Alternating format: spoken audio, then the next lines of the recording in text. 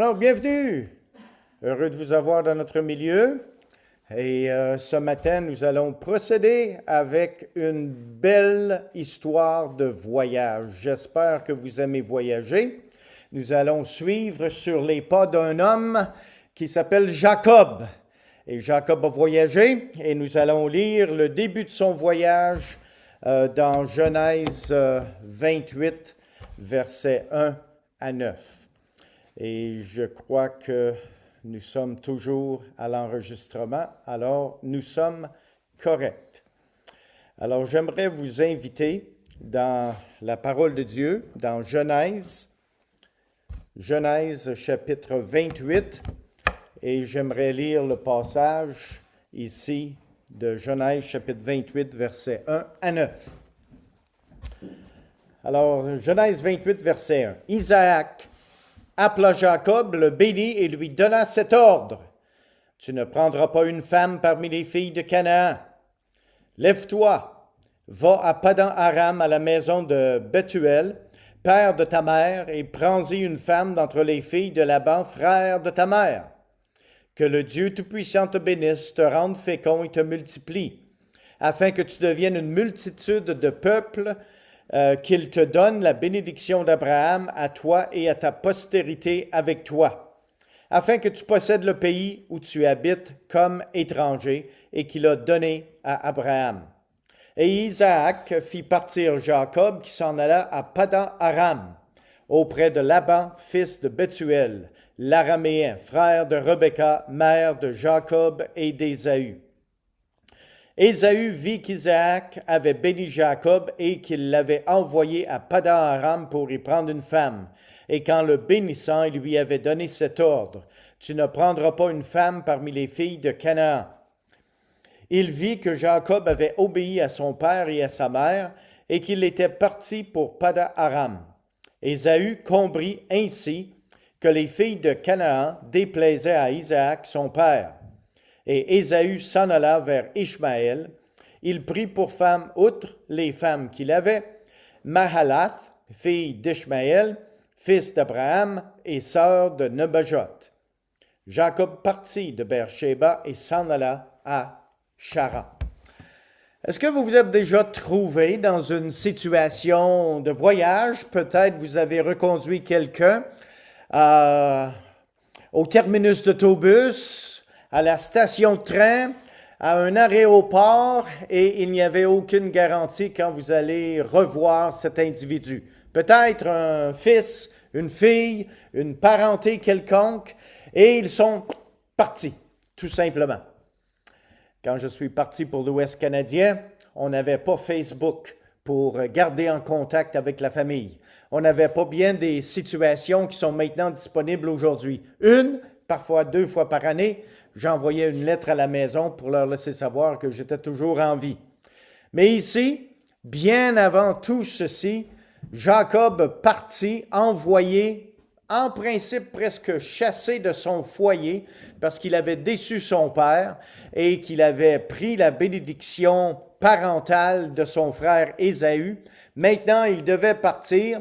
Finalement, Isaac, le père, l'envoie avec la bénédiction sans savoir quand il allait revenir. 20 ans plus tard.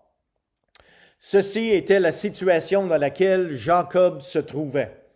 Cette fourche dans le chemin allait le séparer de sa famille pendant une période de 20 longues années, et ça, c'était très difficile. Le record de la vie de Jacob au chapitre 28 jusqu'au chapitre 36 est une série d'épisodes qui fluctuaient entre la maturité spirituelle et un manque d'intérêt parfois effronté pour la vie de Jacob.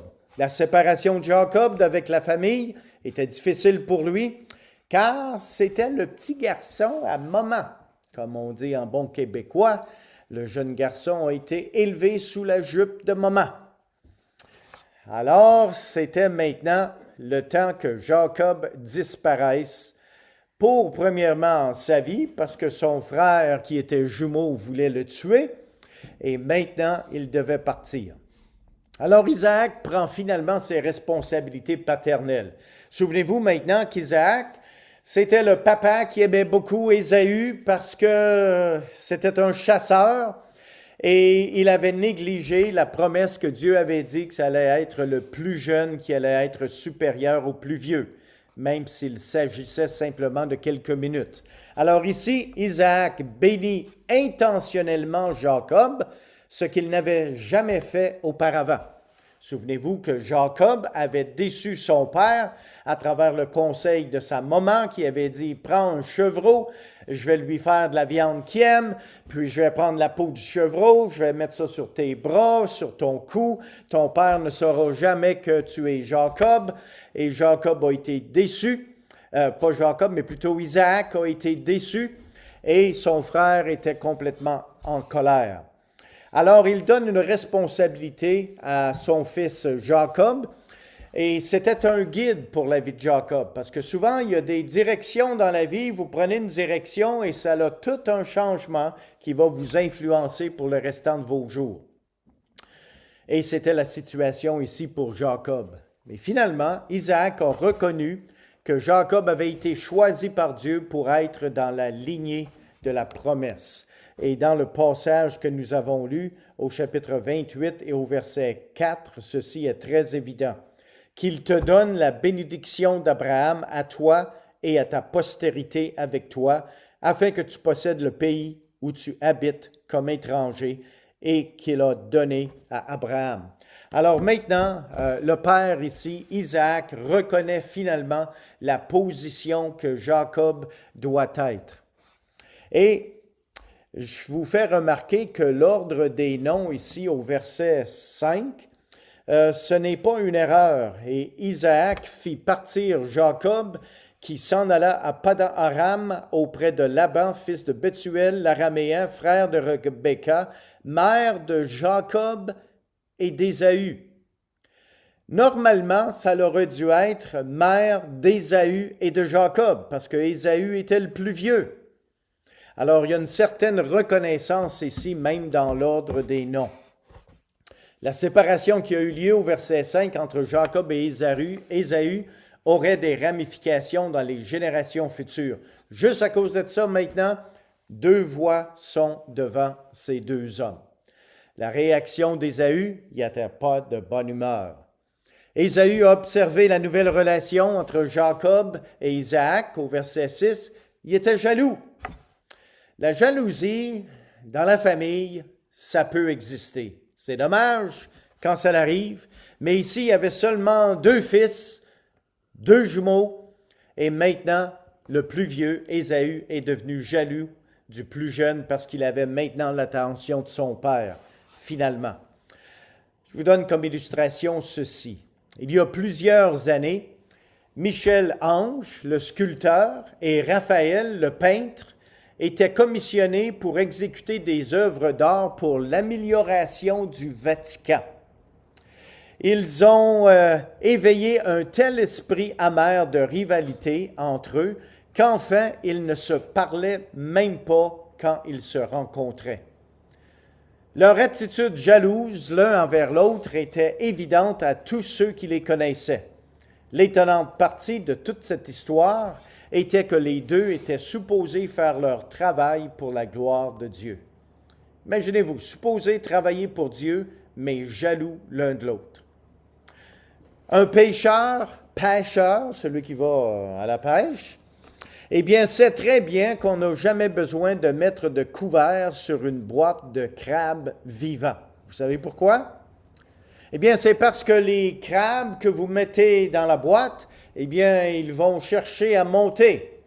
Et ils pourraient, en principe, s'évader et sortir de la boîte.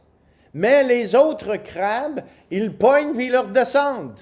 Alors, chacun s'essaye, chacun se fait descendre dans le bas de la boîte, là où le pêcheur met les crabes. Alors, c'est une belle illustration de ce que la jalousie peut faire. L'obéissance de Jacob envers ses parents inquiétait grandement Ésaü. Il voulait l'approbation de son père, mais il ne voulait pas lui obéir. C'était quand même une situation triste dans la vie d'Ésaü. Lui, il a pris des femmes cananites, qui étaient le regret de ses parents, Puis maintenant, Isaac donne à Jacob la responsabilité d'aller se trouver une femme parmi son peuple. Mais ici, nous voyons quand même une certaine charnalité dans la vie d'Ésaü. Celui-ci, c'est-à-dire le chrétien charnel, veut la bénédiction de Dieu pour sa vie, mais il ne veut pas obéir à la parole de Dieu. Par exemple, nous voyons ceci dans certains contextes. Si par contre l'alcool, la drogue, les penchants sexuels, les jeux compulsifs ou quoi que ce soit, celui qui a des dépendances a essentiellement les mêmes traits. Et Alan Lang, dans son abus de la substance et son rapport du comportement habituel de l'Académie nationale de la science, a identifié 9 de ces caractéristiques pour ceux qui ont des dépendances. Et bien souvent, ceux qui ont des dépendances ont des comportements impulsifs. Ils peuvent se fâcher très rapidement. Ils ont des difficultés à différer la satisfaction, c'est-à-dire que je veux ce que je veux, quand je le veux maintenant, sans réaliser que peut-être une satisfaction différée aurait de beaucoup meilleurs résultats. Ils recherchent des sensations fortes. Ils ont des personnalités antisociales. Ils ont des valeurs non conformistes. Ils ont un sens d'aliénation, c'est-à-dire qu'ils se retirent du groupe. Ils ont un comportement déviant. Et il y a des sensations de stress surlevées. C'est des personnes en général qui ont beaucoup de stress. Peu de considération pour les standards de la société. Alors, ce n'est pas important qu'est-ce que les standards de la société sont. C'est du monde qui ont tendance à faire ce qu'ils veulent, à prendre ce qu'ils veulent et le faire quand ils veulent le faire. C'est ce qui peut arriver à des gens qui ont un comportement de dépendance. Ils trouvent toujours une excuse pour accomplir ses propres désirs tout en continuant de désobéir à Dieu. Ésaü représente ceci.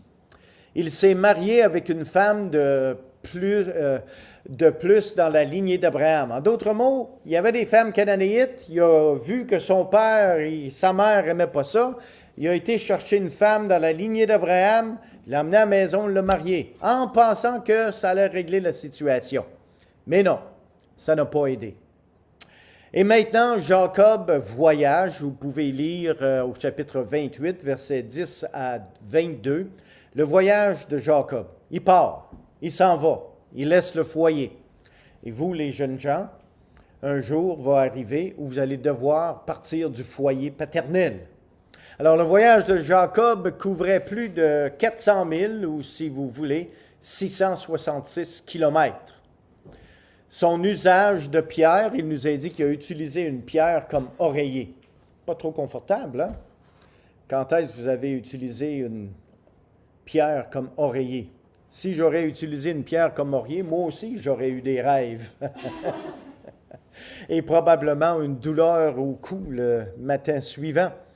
Et dans son rêve, il a vu une échelle qui serait possiblement mieux traduite par escalier. Une échelle, un escalier qui rejoignait la terre jusqu'au ciel, puis les anges qui montaient et descendaient.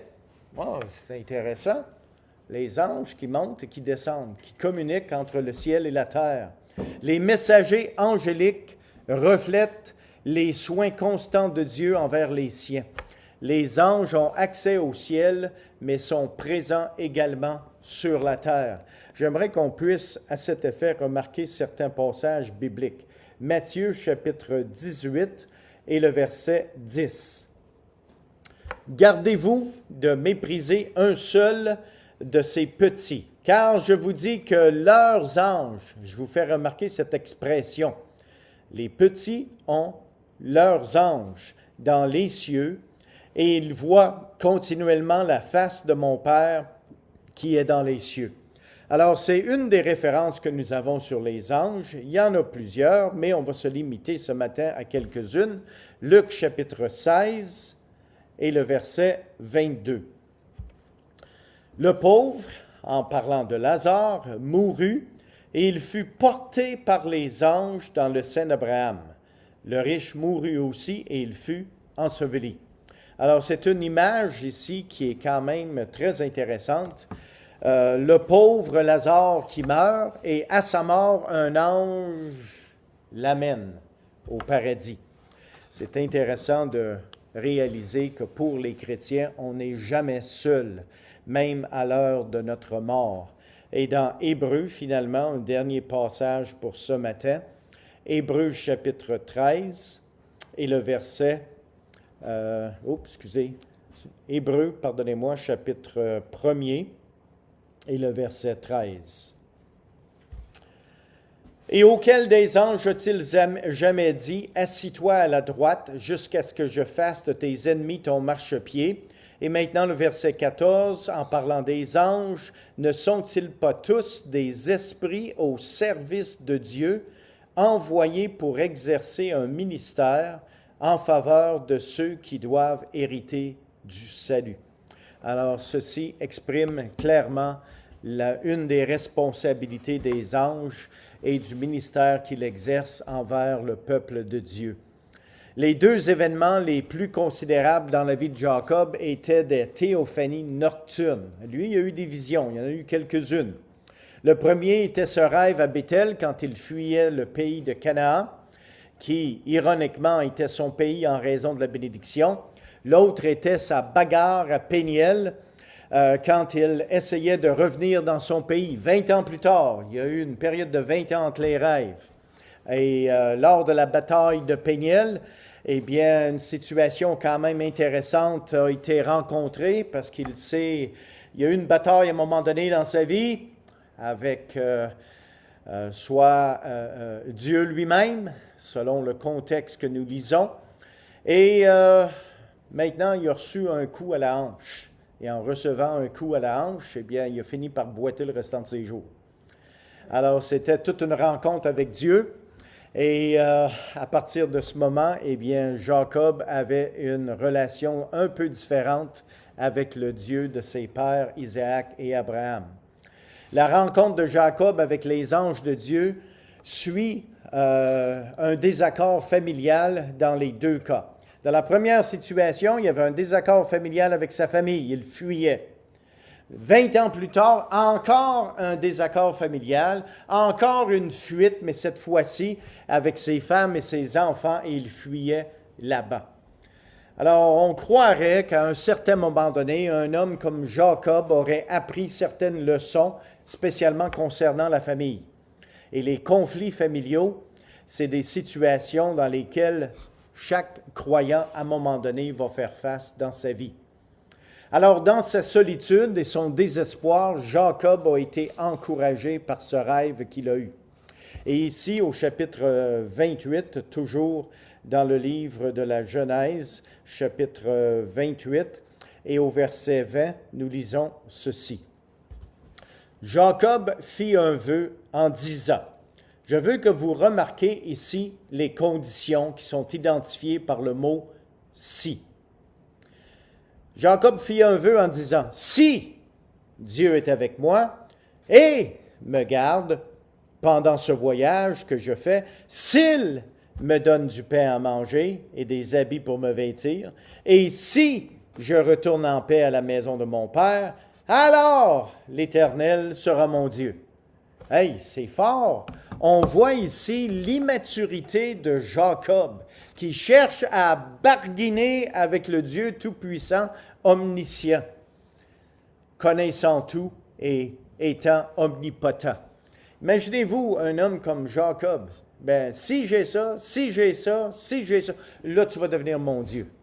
Mais rappelez-vous que simplement, quelques versets auparavant dans le même chapitre, cette fois-ci au verset 15, « Voici, c'est le Seigneur qui parle, je suis avec toi, je te garderai partout où tu iras, et je te ramènerai dans ce pays, car je ne t'abandonnerai point, que je n'ai exécuté ce que je t'ai dit. » Dieu a fait une promesse à Jacob, mais malgré ces belles promesses que Dieu a faites, Jacob a des conditions. Ben, si ceci arrive, eh bien maintenant tu vas devenir mon Dieu. C'est une chose dangereuse que de ne pas prendre les promesses de Dieu correctement et avec foi, et de mettre devant lui des conditions. On remarque que Jacob, c'était un homme qui avait une certaine faiblesse spirituelle en mettant ses conditions, mais Dieu l'a quand même protégé. Alors, c'était un homme qui grandissait dans sa foi. Alors, on doit se poser la question, comment est notre foi?